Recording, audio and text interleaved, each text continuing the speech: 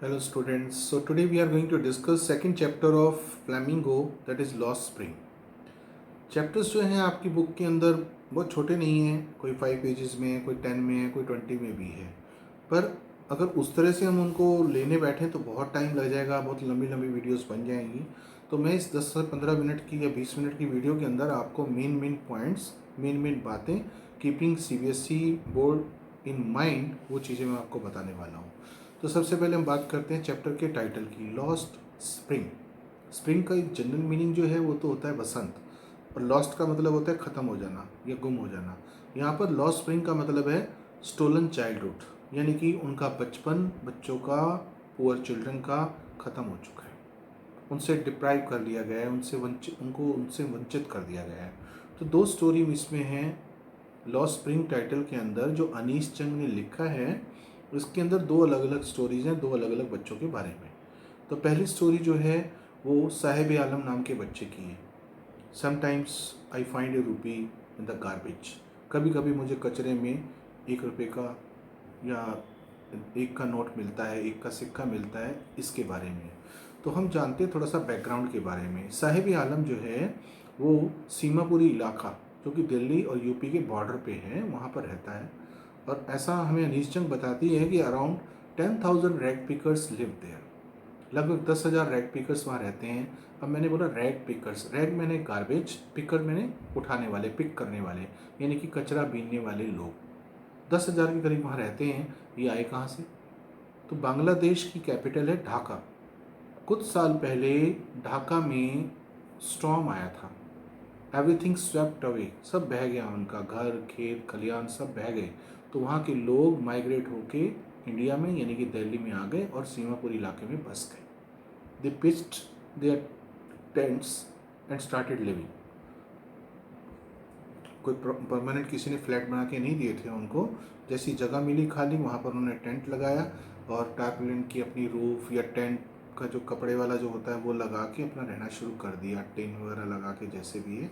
Somehow they manage and started living, रहना शुरू कर दिया। अब अनीश चंग ने एक दिन नोटिस किया कि कुछ बच्चे जो रैग पिकर्स हैं वो उसके एरिया में घूम रहे हैं। तो उनमें से एक के साथ इंटरेक्ट करती है और उस बच्चे का नाम होता है साहिब आलम। तो पूरी स्टोरी इसी के आसपास घूमती है। वो साहिब आलम से पूछती है कि तुम लोग नंगे पैर क्यों, बेयर फुट क्यों? तो वो बच्चा बोलता है, बच्चा जवाब देता है, उससे पहले उसका साथी जवाब देता है कि इसके पास शूज़ तो हैं, पर इनकी मम्मी ने ऊपर रखे हुए हैं शेल्फ में, उतारती नहीं है। बाद में जाके अनीश चंग ने हमें बताया आगे चल के स्टोरी में कि हिंदुस्तान के अंदर बहुत सारी जगह ऐसी हैं जहाँ पर नंगे पैर चलने की लोगों को आदत है। उसके पीछे कारण अलग अलग हैं। किसी के पास तो सचमुच गरीबी है, इस वजह से शूज़ है ही नहीं तो पहनेंगे कहाँ से। और कुछ लोग जो हैं खास मौक़ों पर ही पहनते हैं, और कुछ ऐसे हैं जिनको आदत नहीं है, जूते तो हैं उनके पास but they are not habitual to wear shoes. तो अलग अलग हैं, रीजंस हैं उसके अंदर। अब बात आगे शुरू होती है कि रोज़ वो देखती है साहिब आलम आता है अपने ग्रुप के साथ और कचरा बीन के चला जाता है। फिर एक दिन वो देखती है कि साहिब आलम ने आज अपना रैग पिकिंग बैग, जो कि प्लास्टिक का एक बड़ा सा बैग होता है, वो नहीं उठाया हुआ। उसकी जगह पर उसने एक स्टील कैनिस्टर उठाया हुआ है। Steel canister in other sense steel container, milk container, वो उठाया हुआ था। उससे पूछती है कि भाई ये क्या है, कहाँ जा रहे हो? तो ही सेड कि I am working in A tea stall now. अब मैं टी स्टॉल पे काम करता हूँ and I am getting 800 rupees per month plus all my meals. खाना भी मिलता है मुझे और साथ साथ 800 रुपये पर मंथ मुझे मिलता है। तो उसने सोचा कि अब तो खुश होगा, क्योंकि कचरा बीनने के काम से ये काम ज़्यादा अच्छा है। तो वो उससे पूछती है आई यू हैप्पी नाउ? बोले नहीं। वो बोलता है कि I am happy with my family work. वो जो गार्बेज कलेक्ट करने वाला काम है, रेड पिकिंग का काम है, दैट इज़ गुड। तो इस पर क्वेश्चन आता है, why did Sahib Alam think that steel canister is heavier than rag picking bag? कि उसको स्टील का छोटा सा जो कंटेनर था वो ज़्यादा भारी दिखाई दे रहा है उस इतने बड़े से रैग पिकिंग बैग से, क्योंकि वो काम जो रैग पिकिंग का है उसमें रिस्पेक्ट ज़्यादा नहीं है, नंबर 1। नंबर 2, अर्निंग अच्छी नहीं होती है। नंबर 3, रेगुलर इनकम नहीं होती है, अनसर्टेनिटी है उसके अंदर।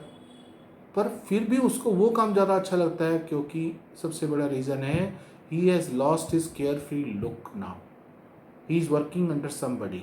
उसका वो अपने मन का खुद का मालिक नहीं है। उसके चेहरे पे जो एक केयरफुल लुक था वो अब ख़त्म हो चुका है। He was working under tea stall owner. तो एक फितरत भी है इंसान की, जब हम किसी के अंडर में काम करते हैं तो कई बार sometimes we are willing, some other times we are not that willing कि अपना काम पे जाना है, या कुछ मजबूरी वाली बात आ जाती है कि जाना ही है, नहीं तो वो नाराज़ होंगे जो बॉस हैं। तो ये प्रॉब्लम इसके साथ में भी थी, साहिब आलम के साथ। तो कुल मिला के साहिब की स्टोरी में यही है, रैग पिकिंग फैमिली का है, पर स्टील कैनिस्टर लेकर जब उसको टी स्टॉल में काम करने का मौका मिलता है वहाँ पर, तो he is not that happy. He wants to continue with his family profession only, rag picking. अब दूसरी जो स्टोरी है वो है sometimes I want to drive a car, I want to become a motor mechanic. ये story जो है, पहली वाली थी समटाइम्स आई फाइंड ए रूपी, दूसरी वाली जो है I want to become a car mechanic, motor mechanic, I want to drive a car. ये है, ये जो स्टोरी है ये मुकेश नाम के बच्चे के बारे में है। अब हमें अनीश चंद ले चलती है दूसरी दुनिया में। बोली एक फिरोज़ाबाद टाउन है यूपी के अंदर, और वहाँ पर लगभग हर घर के अंदर बैंगल मेकिंग का काम होता है। चूड़ियाँ ही चूड़ियाँ बनती हैं वहाँ पर, ऐसा लगता है वहाँ इतनी ज़्यादा चूड़ियाँ बनती हैं, ऐसा लगता है पूरे संसार की चूड़ियाँ वहीं बनती हैं।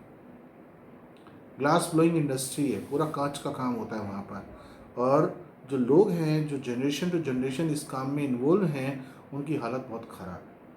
Despite working generation to generation, they are not able to earn their bread. जो अपनी इज्जत से रोटी जो उनको मिलनी चाहिए, वो पूरे पेट भर के रोटी भी नहीं मिल पाती है। एक लाइन आती है, शेर भर भी खाना नहीं मिलता, पेट भर खाना नहीं मिल पाता उन लोगों को। तो ऐसा क्यों?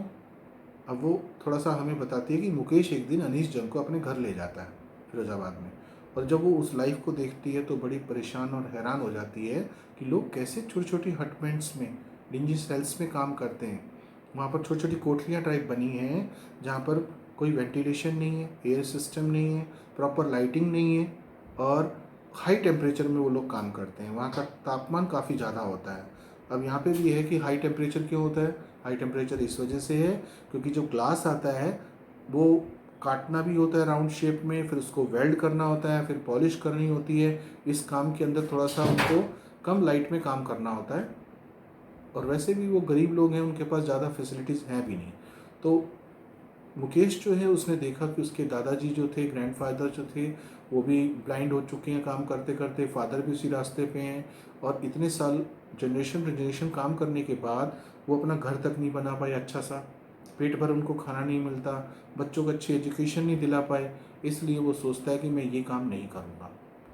ही wants to do some other work, और वो काम क्या था? He wanted to become a motor mechanic. और ये भी था कि उसके आसपास के इलाके में कहीं गराज नहीं था जहाँ पर वो काम सीख सके। For this purpose he was ready to go to far place in city. वो दूर जाके सिटी में गराज में काम करके उस काम को सीखना चाहता था, जिससे कि उस काम को अपना पाए, और इसको वो करने में उसका कोई इंटरेस्ट नहीं था। अब फिर अनीस जंग हमें और उसी तरह की चीज़ों के बारे में बताती है कि यहाँ के लोग कितनी पैथेटिक कंडीशन में रहते हैं। यहाँ के जो यंग बॉयज़ हैं वो पढ़ाई लिखाई में नहीं, वो इसी काम में, जैसे वहाँ छोटी छोटी गलियाँ हैं तो बड़े टेम्पो या ट्रक अंदर नहीं आ सकते हैं। जो रॉ मटेरियल आता है और जब चूड़ियाँ तैयार हो जाती हैं तो उसको वापस भेजना पड़ता है, मतलब बिजनेसमैन को बेचा जाता है। तो वो हैंड कार्ट्स पे सारा सामान अंदर आता है और सारा सामान वहाँ से तैयार होके जाता है। हैंड कार्ट्स का मतलब यहाँ क्या हुआ? ठेले से, क्योंकि अंदर वो ट्रक और टेम्पो नहीं आ सकते, गलियाँ बहुत छोटी छोटी हैं। इसका मतलब ये हुआ बचपन इन लोगों का वैसे बीत गया चूड़ियाँ बनाते बनाते माँ बाप के साथ में।